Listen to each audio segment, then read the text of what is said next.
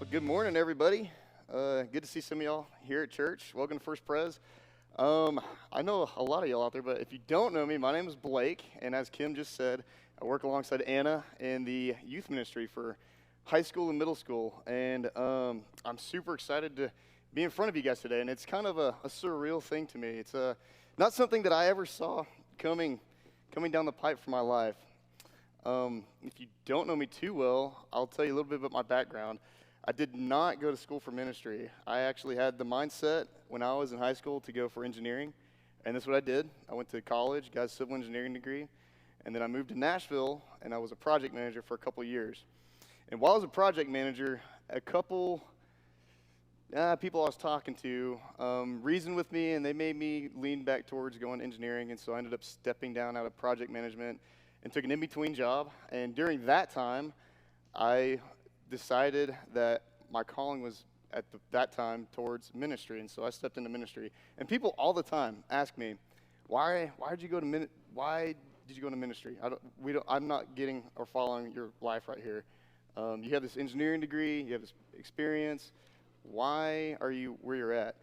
You could be making a lot of money as an engineer. You could be doing all these things for your life. And they're right. I could be. I could have done all of that. And as I've looked back, I've realized that it has kind of been a process of a lot of things, of my own mistakes and successes over the past 5 years, walking in fear of how life is coming too fast and kind of stalling, and then still taking on faith and walking in faith and in hope for unfulfilled dreams. And then, as you guys all might relate, when those don't happen in your timing, you kind of take hold and take control and try to make those things happen. And then, as it is, letting go after my control has caused enough suffering and sin in my life and giving it over to God. If I were to go back 5 years, if you were to ask me, what's your life look like 5 years from now? I would not be saying, it would not fathom in my head that I'd be standing in front of y'all today giving a sermon. So, it's been a process of learning how to say Lord willing in my life. And so with that, if you guys will open up with me to James chapter 4, verses 13 through 17, and I'll give you guys a minute to just get there.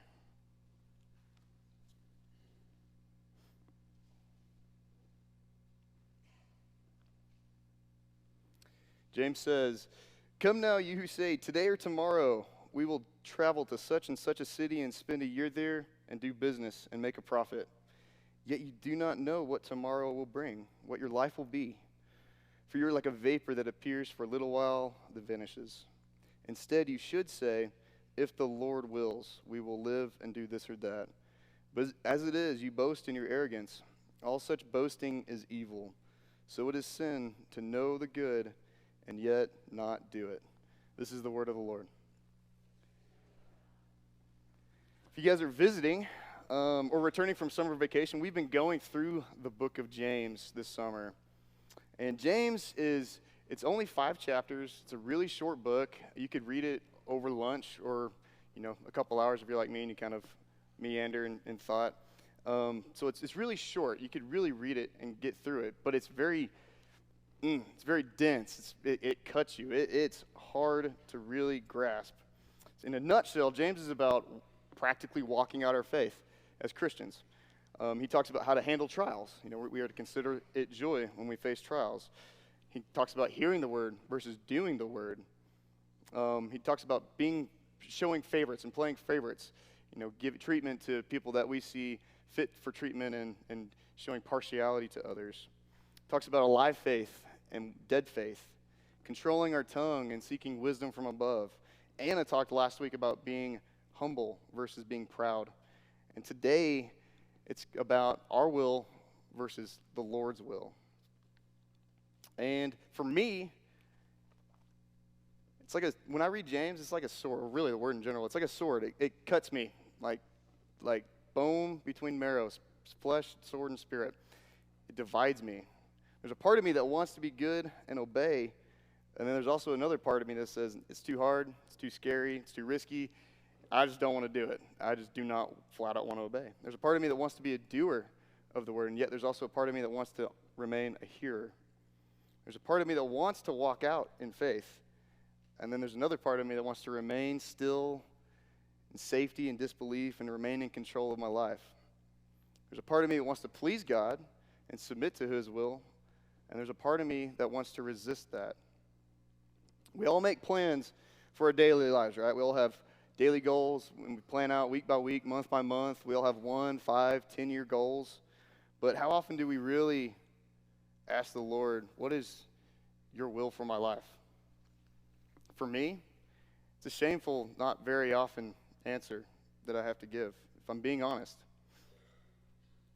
And there are times where I have stopped. There's one time very specifically in my mind when I was in college, maybe my third year in college. I just joined this church, and I was really just trying to be on fire with my faith. And I remember stopping and asking, like, Lord, what do you want me to do with my life?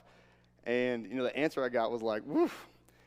His reply, and what I felt like his reply to me was, the Holy Spirit speaking to me was, I want you to move away and leave everyone you've ever known behind. And I was like, what? Anything else? Anything else? Is that real? Okay, that's it. Oh, no, I don't know about that. And I wrestled with it for a long time. And in knowing what God had told me to do, I refused. I decided to chase safety in my own life and comfort and I was running away from the idea of moving away. I didn't want to move away. I didn't want to lose all my friends and all my family's here. I didn't know anybody in Nashville, I'll get to that. I didn't know anybody where I was being called to move off to. This was my safe space, so to speak. And I failed to do the good of obeying. And I experienced suffering until I surrendered my will, until I came around and obeyed. And it reminds me of the prophet of Jonah in the Old Testament. If you guys don't know about Jonah, it's also a short book. It's 3 chapters. I don't even think it's 2 full pages in the Bible. But Jonah was called to go preach to the city of Nineveh. And as soon as the Lord told him that, Jonah said, nope, I'm going this way. I'm getting on a boat and going to Tarshish.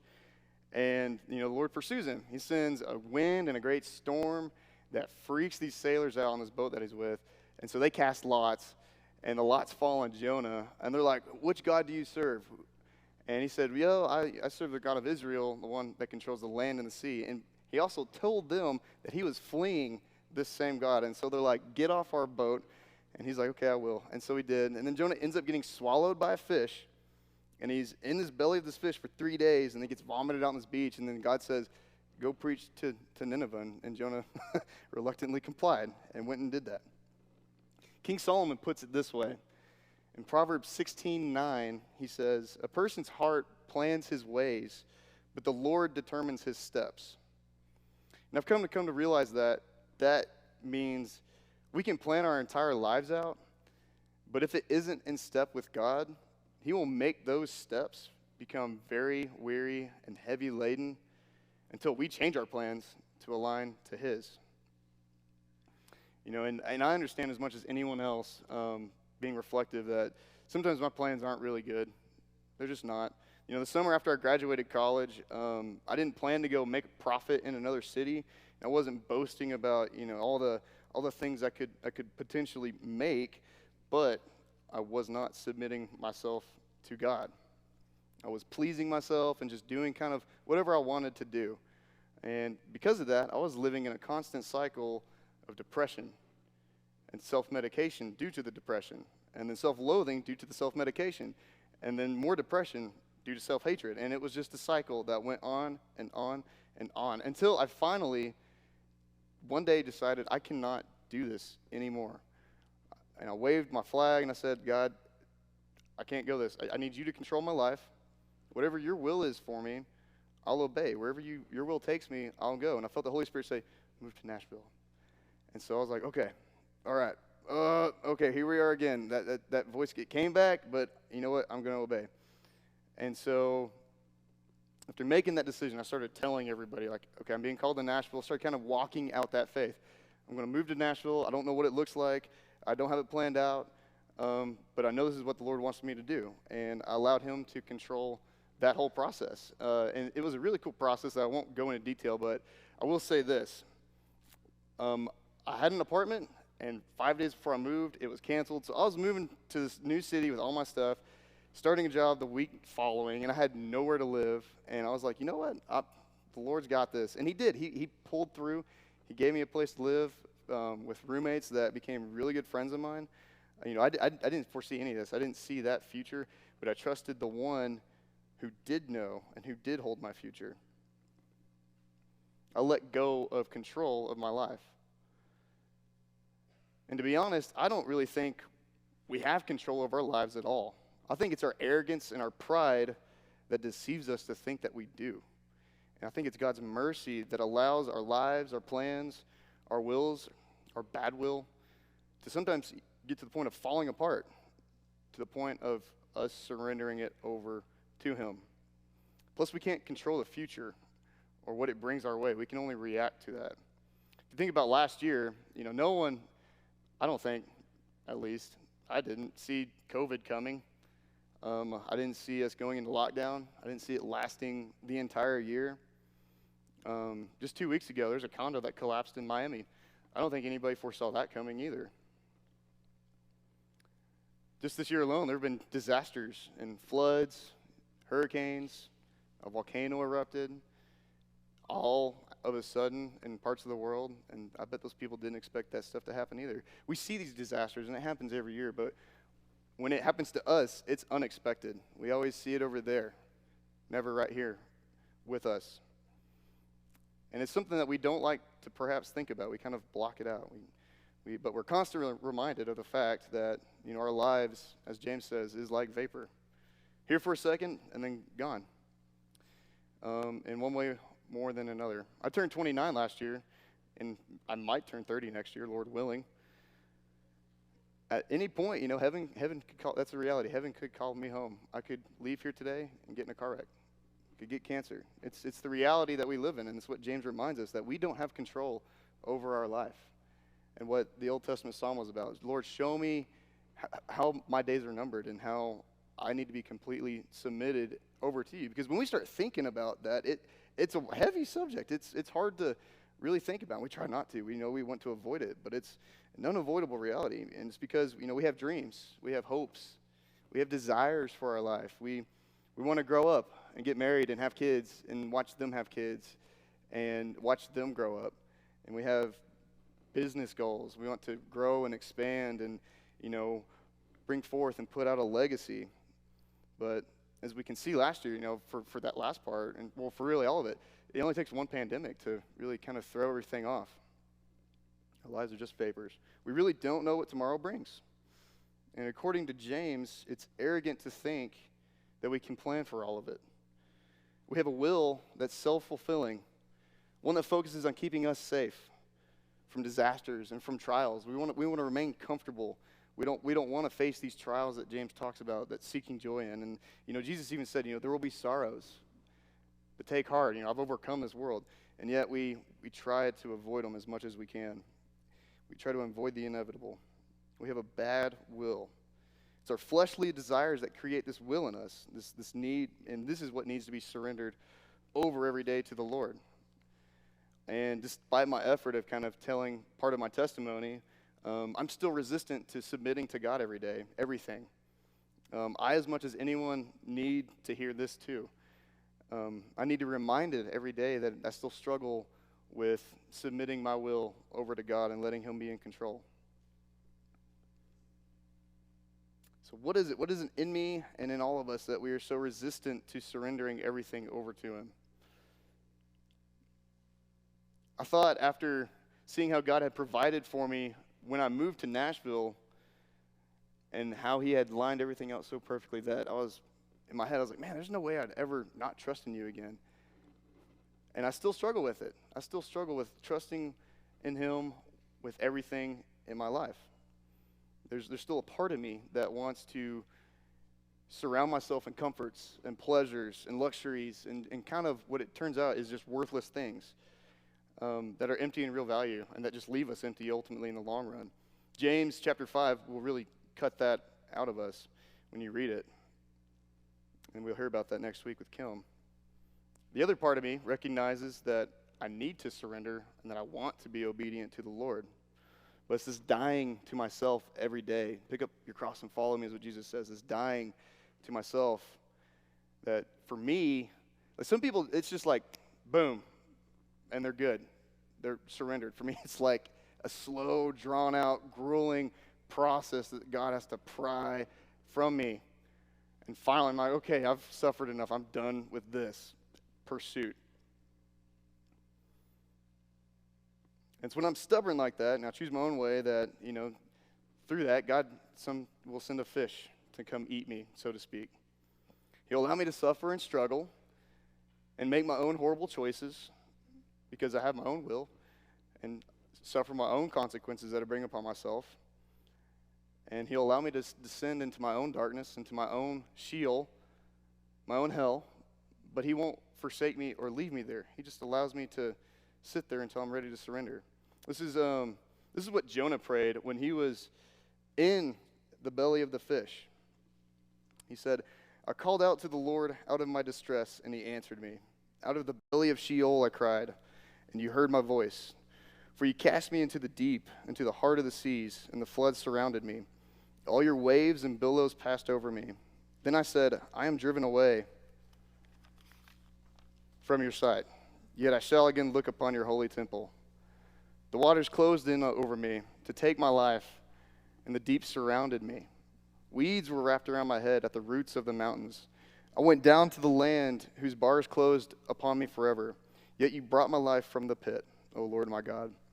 When my life was fainting away, I remembered the Lord, and my prayer came to you in your holy temple. Those who pay regard to vain idols forsake their hope of steadfast love.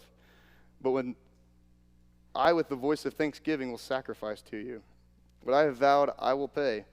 Salvation belongs to the Lord. Jonah at first didn't submit his will to the Lord, and he paid for it. He suffered, and yet in the very bottom part of his suffering, he cried out to God and surrendered, and God brought him back from his own demise, his own self-destruction, from his own choices. And so, is it just me, or does anyone else feel like sometimes their life is spiraling out of control? Has anyone else sought comfort in a pursuit or in an endeavor and ended up miserable instead? Is anyone else overwhelmed by the weight that our own self-imposed will brings, our own plans to profit our life? What we thought was a good path turns out to be full of just hardship and heavy-laden work. Maybe you're confused at what I'm trying to get at here. This is what I'm getting at. Surrender.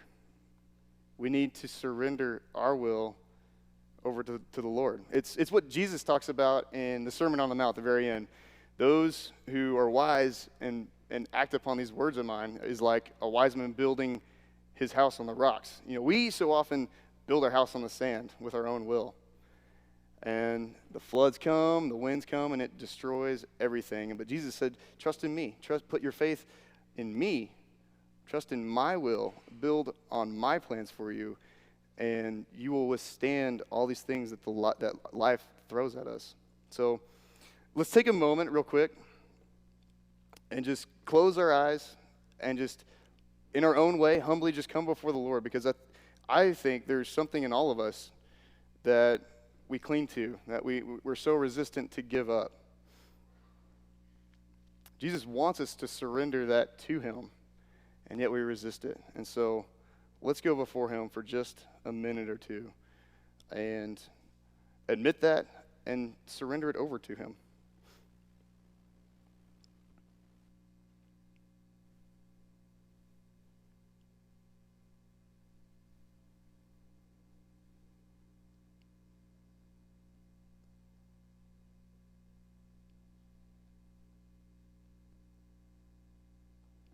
Jesus says, come, all those who are weary and heavy laden, and I will give you rest. My burden is light, my yoke is easy. And sometimes we just don't trust that. We think it's too hard, it's too scary. But I ask that we give that over to you. So Lord, search us. Open up our hearts and reveal to us what is in each of us that does not align with your will for our lives. Teach us to be able to say in everything, not my will, but your will be done. even if it means stepping out on the waves in a walk of faith, maybe letting go of comfort and safety to follow you. Maybe it means leaving everyone behind to follow you. I ask that you just teach us and guide us. Create in us your good will as we surrender our bad will, our fleshly desires, and let us walk every day in confidence that you set our paths straight and lead us. It's all these things that I ask in your mighty holy name, Jesus. Amen.